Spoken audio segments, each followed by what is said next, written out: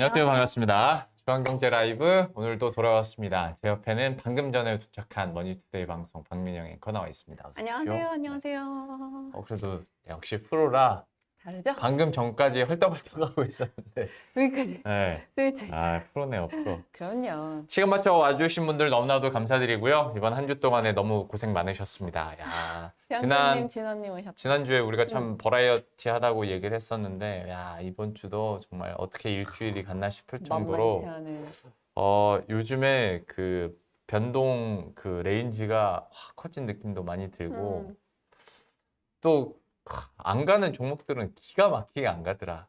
그러니까 떨어진다는 게 아니라 그냥 보합으로 쭉 가는 종목들도 꽤 많이 있고 뭐 싼 그랬습니다. 종목은 계속 싸지고 비싼 종목은 계속 비싸지고 근데 그 과정에서 급등락이 너무 크고 네. 그래서 하루에 특정 종목을 동일하게 너랑 나랑 샀어. 근데 너는 막 수익 10%일 수 있고 나는 수익 맞아, 맞아. 마이너스 15%일 수 있는 그렇죠. 그 정도로 종목 변동이 심한 장이 연출이 돼서 자칫 잘못하면 정말 크게 손실을 볼 수 있는 그런 장이지 않나 그럼. 생각이 듭니다. 자칫 잘못하면이 아니라 아마 대다수가 그러지 않을까. 또 근데 뭐 시류를 잘 타시고 근데 요즘은 좀 이런 말씀 드리기 좀 그렇지만 어찌 보면 아무 생각 없이 클릭해야지만 돈을 벌 수 있는 것 같은 막 초전도체? 그게 뭐야? 알아봐. 이런 시간 없어. 그냥 초전도체 핫하대 클릭 팔아 이렇게 해야지 돈을 버는 느낌. 검색하다가 놓쳐. 이미 시세가 변화하는 그런 시장이다 보니까 쉽지 않으셨을 텐데 이번 네. 한 주 동안 너무 고생 많으셨고 날씨도 더운데 시장도 이래가지고 많은 분들이 좀 짜증이 났겠지만 그래도 저희들 주요 이슈들부터 경제 이슈들 한번 쫙 살펴보도록 하겠습니다. 네. 증시 흐름 특이할 만한 점이 뭐가 있었는지 이것부터 한번 짚어보도록 하죠. 그냥 한 단어로 쏠림. 정말 극단적인 쏠림이 뭐 연초에 AI, 로봇, HBM 하고 2차 전지 파파파팍 쏠렸다가 그 다음에 사람들이 이제 포모사피엔스란 말이 나왔잖아요. 이 나만 소외되는 것에 대한 공포감에 너무나 쏠림을 쉽게 따라가게 되는 현상인데 대기자금 장난 아니라고. 2차 전지 뭐 에코프로 그룹주를 네. 못 하셨던 분들 혹은 했지만 빠져나온 분들은 다 혈안이 돼 있는 거야. 그 다음이 무엇일 것인가. 그래서 그 다음으로 자금이 쏠렸던 게 바로 초전도체였습니다. 야, 이거는 되면 정말 온 지구가 바뀌는 그럼 일이니까 그거는 인정. 강력하게 수급이 들어올 수밖에 없었고요. 그래서 관련한 종목들이 막 3연상을 가기도 하고 시장에서 그거 하나 키워드 묻은 종목 찾느라 혈안이 됐던 거 이해가긴 합니다. 네. 그런데 대응을 그렇게 했으면 빨리 또 빠져나오는 것도 고민을 해야 되는 거지. 네. 그래서 그런 투자자분들이 다수였기를. 그러니까 그냥 초전도체 젠데 하고 사놓고 막 마냥 이렇게 안 보시고 계시는 분들이라면 애초에 이런 거는 쳐다도 보시면 안 되는 성향입니다. 근데 이렇게 물론 이게 현실화 되지도 않았을 뿐더러 이제 검증을 하고 있는 과정이긴 한데 아무리 그래도 이렇게 갑자기 바람이 광풍이 빡 불면 그래도 하루하고 반나절은 가지 않았나? 아니면 뭐 한 이틀, 3일은 이렇게 연속성이 있어야 되는데 뭔가 뉴스가 나왔어. 그날 빵 터졌어. 근데 오후쯤인가? 검증해서 또 이건 아니래. 그러니까 다 하한가로 막 돌아서고. 근데 그 중에서 다시 또 반등하는 종목도 있더만, 야, 이거 초전도체는 초빠르게 시세가 변했어. 아마 수익 내신 분들 꽤 많으실 거야. 3연상간 종목들이 몇 개가 있으니까 그 종목으로 수익 나신 분들은 꽤 있으실 거예요. 진원님이나 병재님은 대응하셨을지 궁금하다. 초전도체. 그러니까 말씀하신 대로 하루 만에 막 하방 VI 걸렸다가 또 급등했다가 이게 반복이 되는 그 현상이 초전도체에서 나타났고 그 다음 날은 바로 코로나 쪽으로.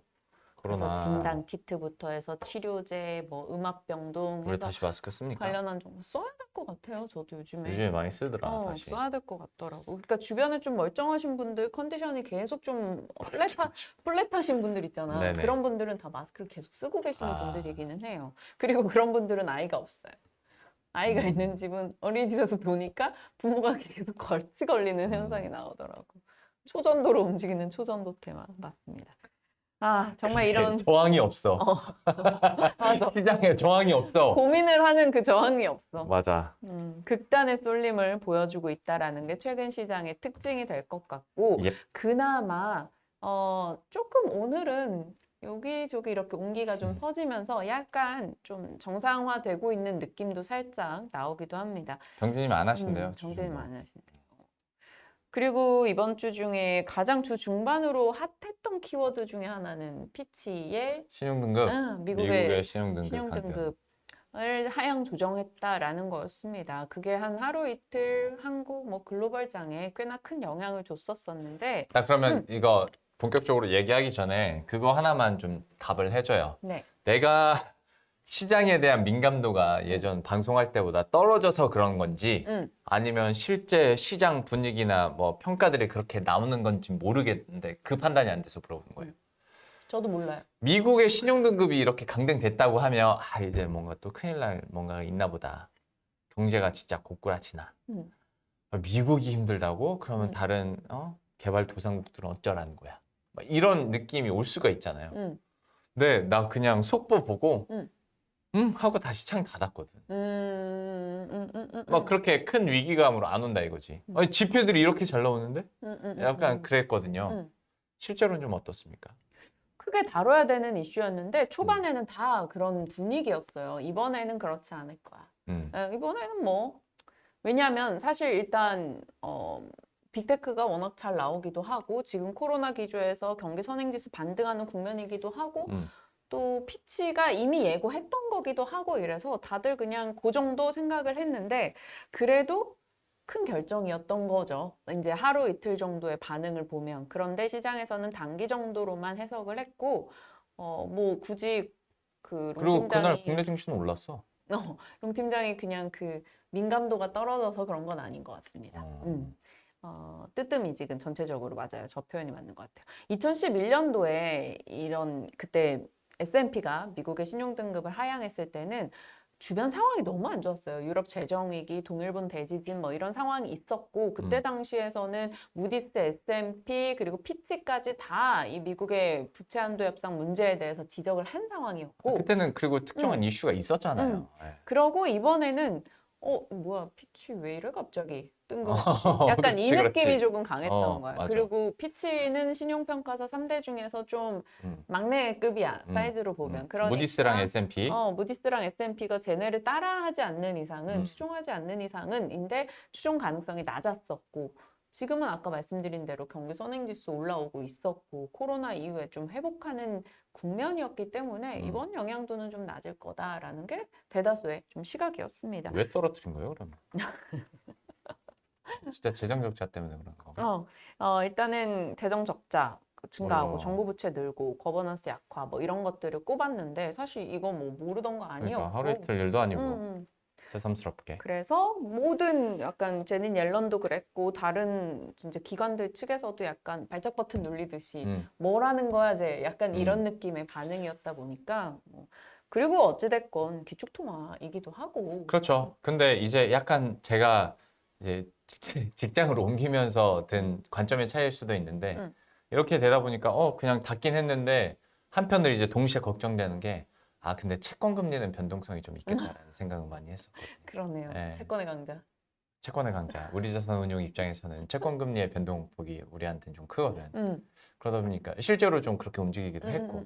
그래서 채권 시장에 대한 그리고 금리의 변동성에 대해서는 이쪽은 그래도 민감하게 좀 반응을 하지 않았나. 잘하고 있어요. 그렇게 사람이 자기 환경에 맞춰서 사는 거죠. 아니 실제로 그렇게 움직였다 맞아요. 이거지. 네, 아니 그렇게 고민의 그 위치가 조금 달라졌다라는 거에 그렇지. 대해서. 먹고 사는 게 쉽지가 않아서. 네, 그렇습니다. 자, 이게 또 주 중반에 좀 중요했던 이슈였고 네네. 또 하나는 빅테크 실적들이 이제 오늘부로 거의 마무리가 됐어요. 엔비디아 남겨두고 있는 상황이고. 잘 나오겠지. 뭐 어떨지 봐야지.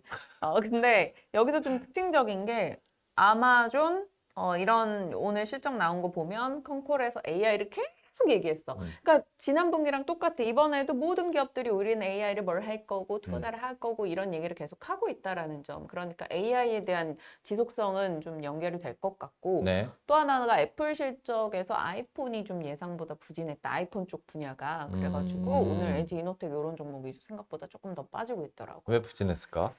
아이폰이 생각보다 잘 안 팔렸나 봐요. 중국에선 그래도 괜찮았거든요. 그렇지. 중국 우려보다는 다른 쪽에서 빠진 것 같고 음, 또 하나 저는 개인적으로 이번 실적 시즌에 눈에 띄었던 게 메타랑 알파벳에서 네. 실적을 내놨는데 광고 쪽이 꽤 괜찮았습니다. 음. 그래서 광고 좋은가 보네. 광고가 괜찮다라면 경기도 경기고 또 국내에서도 네. 광고 기업들 괜찮을까 해서 봤더니 차트들이 이렇게 조금 이렇게 내려다 올라오더라고. 그래서 광고 쪽도 한번 우리 좀 예의주시 해봐야 되지 않을까 생각도 들었습니다. 그리고 요거는 오늘 나온 뉴스 중에 하나 눈에 띄어서 넣어봤는데 한국의 화장품이 일본에서 화장품 수입액 기준으로 우리가 1위를 기록했는데 거의 30년 동안 프랑스가 장악하고 있던 자리를 우리가 꿰찼다. 작년 기준으로. 그래서 일본에서? 안 그래도 일본에서 K뷰티 뭐 굉장히 예전에 좋은- 우리가 1등이라고 하지 않았었나? 그게 월간으로 뭐 이건데 연간으로 놓고 봤을 때 연간으로. 그런 식으로 데이터가 꽤 잘 잡히고 있다. 인데 오늘 또 실적 나온 중소형 화장품주들이 실적이 괜찮으니까 주가들이 다 턴하더라고요. 그래서 중소형 쪽이 화장품 쭉 올랐다가 최근에 좀 쉬고 있었는데 다시 이런 데이터들 보면서 가지 않을까라는 생각을 해봤습니다. 많이 관심은 안 가지만 워낙 굵직한 것들이 많아서 그래도 화장품 이슈가 또 있었으니까 요즘에 종목 장세라 이런 뉴스를 잘 봐야 된다고 생각합니다. 예, 저도 그렇게 생각합니다. 네, 그렇습니다. 뭐 쭉 얘기를 해주셨는데 그래 앞에서 잠깐 하긴 했습니다만 초전도체 에이, 넘어갈까요? 이거 얘기 조금만 할까? 좀 더 어떻게? 조금 할까? 얘 너무 잘 아셔. 근데 맞아. 다들 이미 이 뜨거움에 취하셔서 한번 하셨을 것 같아요. 일단 그래서, 이거 실제로만 되면 대박이지. 세상의 모든 전기로 돌아가는 게 다 바뀌는 현상. 그렇지. 그리고 이제 막 자기 부상 열차 생기고 진짜 그 하이퍼 뭐지? 그 테슬라에서 했던 거? 하이퍼루프? 그것도 되고. 기가 막히지. 지금은 이제 이게 초고압, 초저온 맞죠? 맞아요. 맞죠? 맞아요. 여기서만 되니까 뭐 MRI나 아니면 양자 컴퓨터 정도에서만 됐었는데 이게 실제로 그냥 사온 일반 환경에서 된다면 진짜 대박이긴 하지. 그러니까 이게 이걸로는 뭐 전력 시스템, 뭐 배터리 모든 게 다 바뀌기 때문에 손실도 없고. 그렇게 사람들이 흥분을 했던 건데 네. 100년 동안 안 된 일이 이렇게 왜? 빠르게 그러니까 될 수 있어. 나왔어. 빠르게 입증되고 뭐하고 정착이 되기까지 시간이 있을 테니 어느 정도 뭔가를 확정적인 걸 단타 치실 거 아니면 확정적인 걸 보고 들어가도 이 시장은 무궁무진하게 크다. 그래서 단기 트레이딩 하실 분들 아니면 사실 그냥 이 병재님처럼 과감하게 그냥 패스하시는 게 좋지 않을까 싶어요. 뭐든 흥분하고 열광하면 이제 패배자가 되더라. 이렇게 말씀하시는 것도 이제 돌아봤을 때는 뭔가 좋은 가격에 좋은 기업을 싸게 잘 잡아서 이런 열광하는 때를 잘 누리고 나오는 건 베스트인데 뒤늦게 열광하는 때 막 합류해가지고 그렇지. 물려서 돌아봤을 때는 남들 다 이익 냈던 그 종목에 상투를 내가 잡는 경우들이 있잖아. 그런 거는 이제 빨리 대응 못하겠으면 패스하시자. 이렇게 지나갈 수 있을 것 같고요. 문득 궁금한 점이 전류 손실이 없으면 한국전력 입장에서는 안 좋은가? 그래? 그냥 안 좋을 것 같기도 하다잉. 전류 손실이 없잖아. 근데 송전망 이런 쪽으로는 또 돈이 될까? 잘 모르겠네. 한국전력에 관심이 많습니다. 왜요? 우리 팀원 중에 한 명 가족이 거기 있어. 그러면 그 팀원분께 회사 가서 한번 알아봐 주시라고. 한번 생각이 났고요. 자, 그리고 이번 달 들어서 조금 달라진 쪽이 제약바이오 쪽인데 뭐 ETF 상장도 되고 일정들도 9월, 10월에 좀 많이 있다 보니까 세계 폐암학회, 유럽 종양학회 이런 것들이 있고 개별 유한양행이나 셀트리온 이런 쪽에서도 개별 모멘텀 잡히고 하다 보니까 관심을 좀 많이 받습니다. 그리고 수급적으로 소외됐던 것 때문에 매물 부담도 상당히 덜하다라는 얘기가 나오면서 관심권역에 계속 들어오는데 이건 참 종목 선정의 문제인 것이라서 대형주 위주로 그것도 제약사 혹은 바이오 시밀러로 대응할 건지 아니면 뭐 저런 암학회 이런 거 앞두고 초록 공개되는 기업들 위주로 찾아서 대응을 하실 건지 아니면 정말 테마로 즐기겠다 하시는 분들은 코로나 쪽 위주로 이렇게 대응을 하실 건지 본인이 성향 파악 잘 하셔서 좀 대응을 해보셔야 되지 않을까 싶습니다. 저 셀트리온 합병 조회 공시 8월 16일 셀트리온 분위기는 괜찮아요, 요즘 주가 분위기. 나쁘지 않습니다. 어제도 삼바랑 셀트리온 쪽이 올랐고, 그리고 이제 휴미라의 바이오시밀러, 이제 보험 등재 관련한 이슈도 있고 이래서 나쁘지 않고 시장이 지수가 약할 때는 항상 셀트리온 쪽은 그래도 좀 버텨주는 쪽이었기 때문에 지금 지수 상단에 대한 좀 부담이 있기 때문에 오히려 괜찮지 않을까라는 기대들도 나옵니다. 어쨌거나 뭐 학회 같은 이런 이슈들도 있고, 그러니까 이벤트들도 있고, 그다음에 합병이라는 이슈도 있고, 그다음에 정부 정책 모멘텀까지 있다 보니까 뭐 바이오 쪽은 사실 잘 나가려고 하면 잘 나갈 수 있는 환경들은 만들어지고 있는데 시장이 얼마나 관심을 갖고 지속적으로 여기에 수급이 공급되느냐는 한번 지켜보시죠. 어쨌거나 최근 들어서 제약바이오주에 대한 이야기도 또 나오고 정리를 해줬으니까 저희도 한번 보도록 하겠고요. 네. 다음으로 넘어갈까요? 경제 이슈로 가겠습니다. 네. 실질 임금 얘기 이번 주에 꽤 뉴스들이 많이 나와서 다들 아시겠지만서도 그냥 간단하게 좀 체크를 해볼게요. 네. 쉽게 말해서 실질 임금이면 내가 받는 월급을 물가 오른 거랑 비교해서 따져본 수치 이렇게 생각하시면 되겠습니다. 네.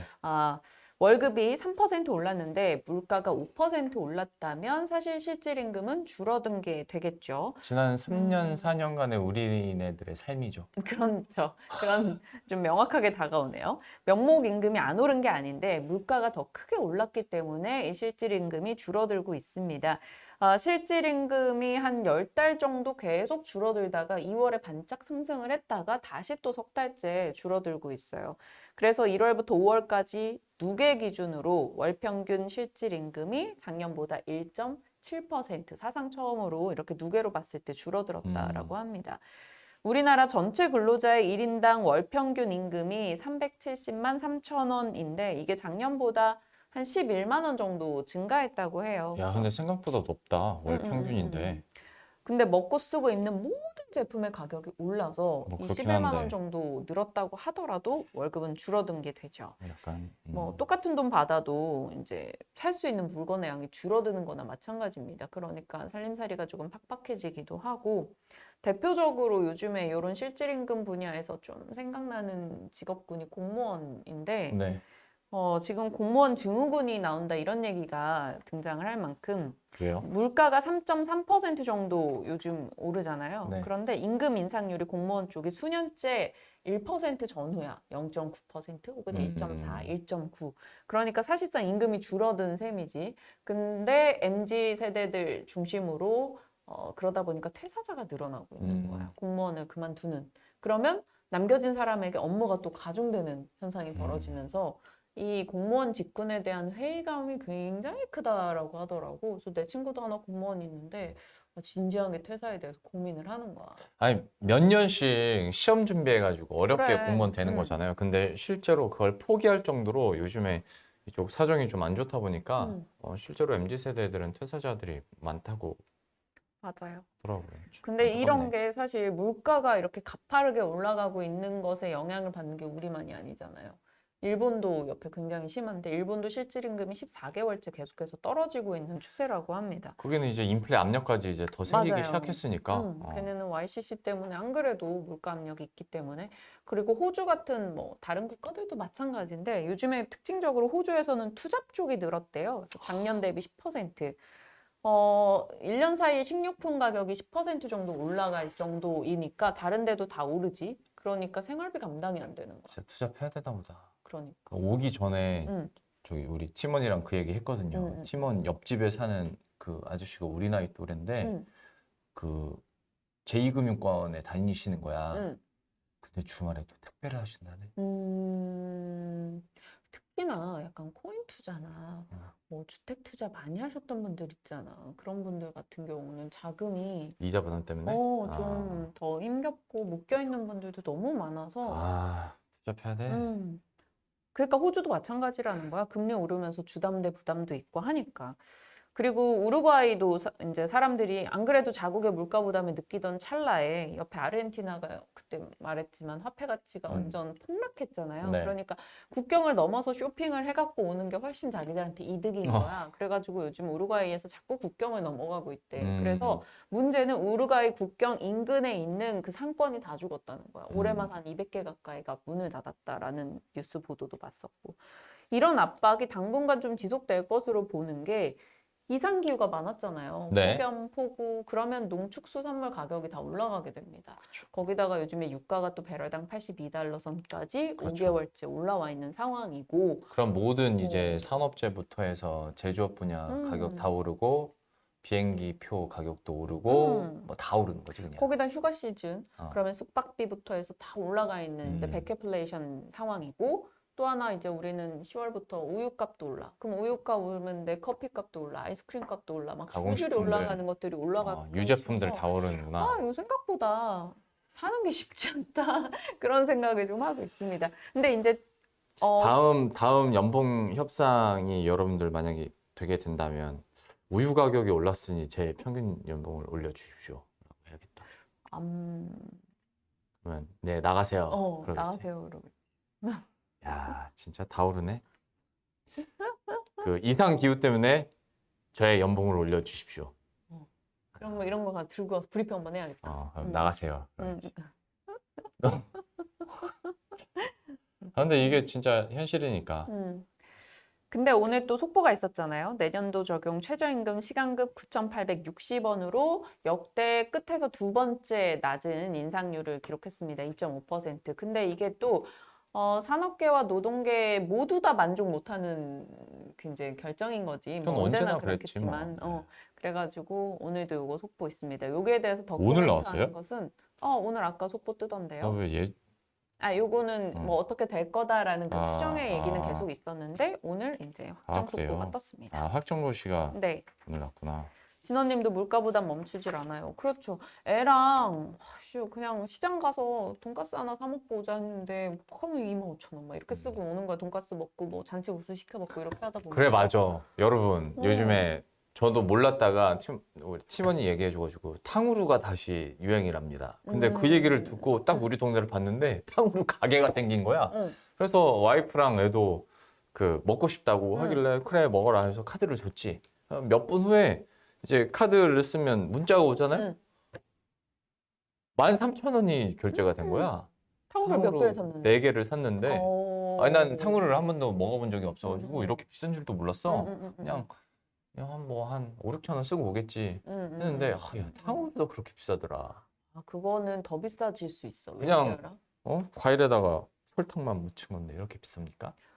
그 탕후루가 여러분 먹지 마세요. 왜? 왜? 이가 나갈 것 같아. 너무 딱딱하던데? 안 딱딱하던 부드럽던데? 그래? 네. 나는 진짜 익혀지는 줄 알았어. 그래서 이거는 이상하대. 치아비가 더 나가겠다는. 그러진 나 않은데. 일본에서 먹어서 그런가 봐. 처음 먹었을 때 일본이었어. 일본에서 역시 한국 걸 써야 됩니다, 여러분. 되게 한국은 부드럽고 부드러운 맛있긴 탕후루, 하더라. 일본은 딱딱한 탕후루. 근데 보통 탕후루가 딱딱하잖아. 이렇게 땅땅 치면. 아니야? 되게 그냥 그거 바삭바삭하던데. 아니에요? 그죠? 되게 부드럽게 바삭바삭하던데. 나와요? 내가 처음 먹어서 내가 처음 먹은 엊그제 먹은 게 나 요즘 거 못 먹어봤나 봐, 그럼. 바삭바삭해서 탕후루도 업데이트가 되나 보네. 대단하시네. 아무튼 골자는 너무 다 올랐다. 너무 다 올랐다. 탕후루 진짜. 내가 아무리 생각해도 원재료 값이 그렇게 음. 비쌀 것 같진 않은데 비싸더라. 속상합니다. 뭘 나가서 돈을 맘 편히 쓰질 못해요. 맘 편히 쓰지 않나요? 아니요, 못 써요. 나 진짜 한우도 애 것만 사, 내 거 안 사고. 아이고, 애만 먹이자. 내가 먹었다가 거덜나겠다 이 느낌이야. 뭐 우리 애는 미국산 먹어요.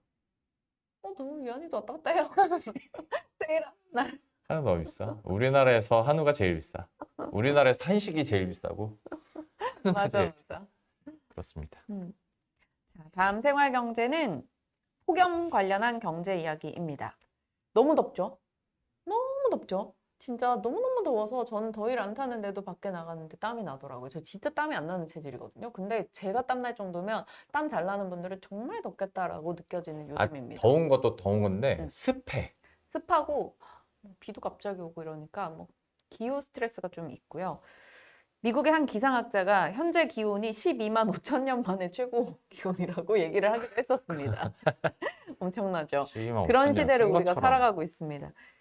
미국이 1월 달부터 유례 없이 따뜻한 겨울이었어요. 그래서 그때 천연가스 가격도 안정적이었고 이랬단 말이에요. 그때부터 이미 폭염이 예고가 됐었구나라고 느껴집니다. 우리도 우리지만 지금 뭐 미국 유럽권의 온도가 정말 살인적인데 미국이 6월부터 열돔 현상이 생겨가지고 막 30일 동안 지금 40도 이상이 넘어가는 주들이 43도가 와. 30일 넘게 지속되는 주들도 있고 그게 전역으로 조금씩 확산되고 있습니다. 이게 미국뿐만 아니죠. 뭐 인도도 6월부터 40도 위고 방글라데시, 라오스, 타이는 수은주가 이 수은 온도계가 45도까지 올라갔고 이란 같은 경우는 이번에 8월 2일, 3일을 공휴일로 갑자기 지정을 했는데 너무 더워서였습니다. 수은 온도계가 50도가 넘었어요. 그러니까 이게 사람들이 일하러 좋다. 나갔다가 좋은 건 큰일이 아니지. 나겠다 싶어가지고 그걸 죄송합니다. 휴일이면 좋다고. 공휴일에 눈이 멀어서 50도가 올라갔다는데 죄송합니다. 그리고 지금 아르헨티나 같은 경우는 계절적으로 겨울이거든요. 네. 근데 여기 어제 30도 찍었대요. 그러니까 이게 정말 지구상에 심각한 문제가 돌아오고 있다. 근데 이게 기록적인 고온이 되면서 고온이 되면 공기가 더 많은 수분을 담습니다. 그러면 또 폭염이 폭우가 되고 태풍은 더 자주 일어나고 태풍은 더 오래 가게 되는 거야. 그러니까 이상 기후 현상이 계속적으로 여러분 느낌 탓이 아니라 정말 많아지고 있습니다. 그럼 또 작황이 안 좋아지고 그러면 농수산물 가격이 또 오르고 그렇지, 그렇지. 그러면 내 실질 임금은 또 떨어지겠구나. 그렇지. 모든 얘기가 이어지고 있어요. 지금 이 비행기 같은 경우 막 요즘 그런 사고들 꽤 있어. 터뷸런스가 너무 심하다. 그래서 영상이 이제 올라오는데 안전벨트 안 매고 있다가 이게 너무 심해서 위에 머리 박고 막 이런 경우도 있고 하는데 이게 이 이상 기후 때문에 그런 거예요? 그걸로 인해 난기류가 너무 많아졌대요. 그래가지고 아. 난 앞으로 해외여행을 안 갈 거야. 그렇죠. 너무 무서워요. 여기랑 남편분은 원래 그 비행기에 대한 불신과 그런 게 있으니까. 안 그래도 너무 무서워요. 네. 유엔에서 낸 자료가 있어요. 이 유엔에서 재난을 20년 단위로 이렇게 구분을 하는데 최근 20년이 그 전 20년보다 엄청난 빅사이즈 재난이 뭐 3천 건 이상 더 늘어났다라고 하더라고요. 그만큼 재난의 횟수가 많아지고 있는 거, 그것은 이상 기후로 인해서 촉발이 되고 있고 당연히 이런 문제가 있다 보면 경제적 피해가 도래하죠. 지금 모든 걸 다 추산하기는 어렵고 폭염만 놓고 볼게요. 온열 질환자, 사망자 이렇게 증가하면서 노동력이 떨어지고 더워서 업무할 수 없는 그런 섹터도 있잖아요. 요새 공사장 장난 아니에요. 야외 현장 같은 경우 특히나 그러면 산업 생산성 자체가 떨어집니다. 농작물 못 자라고요. 농작물을 키우는 분들도 밖에 나가서 일을 할 수 없는 환경이 됩니다. 그래서 신용평가사 무디스가 폭염으로 2100년이긴 한데 그때는 GDP가 17% 이상 좀 줄어들 수 있다라고 추정했고 2100년이요? 머나먼 추정을 좀 내놓긴 했어요. 근데 작년에도 미국에서는 폭염으로 인해서 연간 경제적 피해 128조 본다라는 보고서가 있었고 2050년에는 그게 한 640조로 늘어날 것이다라는 지적이 있었습니다. 그리고 지구 기온이 평균적으로 38도에 도달을 하면 생산성 70%가 떨어진다는 보고도 있어요.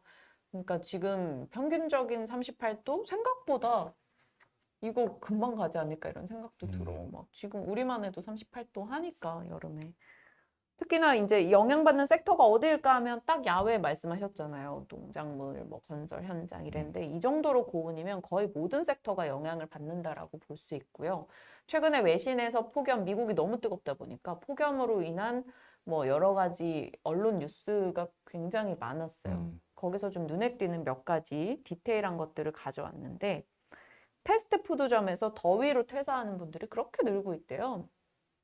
패스트푸드점은 뭐 에어컨 빵빵하잖아 이렇게 생각할 수 있는데 이 튀김하는 게 앞에 있으니까 거기 온도가 37도대가 좀 넘어가는데 그 공간이 그러니까 너무 더우니까 퇴사하는 분들이 생겨나고 있고 또 야외 반려견 훈련소가 폭염으로 수익이 반토막 나면서 곳곳에서 문 음. 닫고 레스토랑에서 요리사가 문을 닫는 현상이 벌어지고 또 하나 눈에 띄는 게 미국의 한 육가공 업체에서 5월 이후 더위로 인해 200명이 지금 퇴사를 했다는데 왜지? 하고 찾아봤더니 육가공 업체는 이제 도축 현장 있잖아요. 그러면은 막 보호복 입고 뭐 하고 아, 그 이제 도축하는 그런 장비들을 이제 막 80도 이상으로 소독하고 소독하고. 이렇게 해야 되는데 이게 열기가 너무 뜨거운 거야. 거기다가 미국만의 특징이라고도 볼 수 있는 게 미국이 공장 다수가 지어진 지 오래됐습니다. 그래서 냉방 시설을 잘 갖추지 않은 곳들이 많은 거예요. 이상기후 현상이 벌어지기 이전에 지어진 곳이 많아서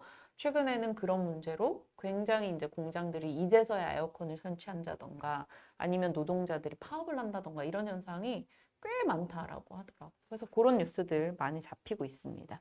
또 든 생각이 여기 택배 하시는 분들도 힘들겠다. 맞아.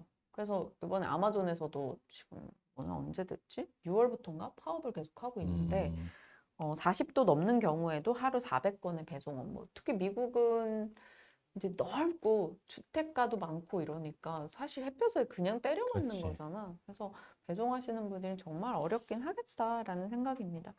결국 뭐 폭염이 여러 가지 경제 톱니바퀴를 다 망가뜨리고 있지 않나라는 생각도 들어서 걱정이 되고요. 국내에서는 뭐 지자체에서 살수차를 좀 많이 한다던가 아니면 양산을 무료로 이렇게 대여해 주는 곳이 있다던가 아니면 쉼터를 확충한다던가 뭐 하고 있습니다. 근데 이게 언제나 그렇듯 좀 저소득층에 항상 더 위기가 되는 것 같아요. 그럼요. 에어컨이 없거나 아니면 에어컨이 있어도 에어컨 전기세 부담 속에 못 돌리거나 뭐 그런 부담이 계속 있어요. 안 그래도 아까 말했던 실질임금 같은 경우도 사실 일용직에서 임금 상승률이 워낙 적다 보니까 그분들의 실질임금은 더 바닥이라는 거야. 그래서 언제나 약간 이런 사회의 격차 문제가 한 번씩 더 씁쓸하게 하는 것 같습니다. 근데 저는 또 드는 생각이 왜 매주 거의 몇 달째 이어지고 있는 것 같은데 음, 생활 경제를 하고 나면 이렇게 우울해지는 거죠? 뭐 좋은 얘기를 좀 찾아볼게요. 좀 기쁘게 맞추면 안 됩니까? 기쁘게 이제 너무 내가 암울하다. 사람이 생각을 바꿔봐요. 내가 이렇지만 자, 그럼 내가 앞으로 더 발전된 미래를 위하여 분리수거도 잘 하고 네. 내가 더 환경에 좀 이바지하는 사람이 되겠다. 네. 지금 에어컨으로 인한 탄소 배출량이 이만큼인데 내가 집에서 에어컨도 좀 덜 틀어보겠다. 뭐 이런 긍정적인 다짐을 하고 끝내죠. 내가 에어컨을 덜 틀면 뭐 합니까? 프랜차이즈에서 종이 빨대 만들어가지고 그게 탄소가 더 많이 나온다는데 플라스틱보다. 이런 식으로 환경이 나 막 하나 부합하게 되고 막 때문에 나 하나밖에 뭐 이런 식으로 하면 지구는 계속 망가질 수밖에 아하. 없어요. 누가 종이 빨대를 만든 거야? 사장님. 진원님 우리도 공유해줬으면 좋겠어요. 좀 거래소 휴장 좀 합시다. 휴장해야 저희는 맞아요, 쉬니까. 맞아요. 휴장을 해야. 정말. 건의 좀 그래서 해주세요, 한국거래소. 연말에 약간 휴장할 때 너무 기분 좋아. 남들 다 출근할 때 휴장하면 우리 안 갔었잖아. 하루잖아요, 하루. 그래도. 저는 항상 뉴스를 진행하고 있어서 음. 항상 좀 갔습니다, 휴장을 해도. 잘하셨네요. 네. 여러분 그렇습니다. 주말 앞두고 오늘도 굉장히 뜨겁다고 하니까 항상 건강관리 유의하시고 1시에서 5시까지 노약자분들은 웬만하면 밖에 계시지 마시고요. 온열 질환을 잘 피해 가시길 바랍니다. 물 많이 드시고. 물 많이 드시고. 정말 수분 부족이 조금 과해지면 자기가 수분이 부족한지 인지를 못하는데 그게 그 허기로 온다 그러더라고. 그래서 내가 자꾸 배고프다 하시는 분들은 물 드십시오. 내가 물을 안 먹어서 자꾸 허기진 것 같구나. 그럼 그냥 진짜 그렇다고 하더라고. 또 이럴 때일수록 냉방병도 조심하시고. 물 드십시오. 캠페인인 줄 알았어. 아무튼 오늘도 함께 해주셔서 너무 감사드리고요. 경재님 오늘 출사 간다고요? 진짜 조심하세요. 진짜. 맞아. 더위니까 조심하셔야지. 그리고 이렇게 햇볕 쨍쨍한 때는 사진 찍기가 더 어렵지 않나요? 요즘에 이렇게? 강화도 가깝네요. 강화도 좋지. 아무튼 건강 유의하시고 네. 그거 또- 타시면 좋겠어. 루저? 뭐야? 네? 강화도에 그거 있는데 루지? 르지. 그죠. 다녀오세요. 다음 주에 뵙겠습니다. 뵙겠습니다.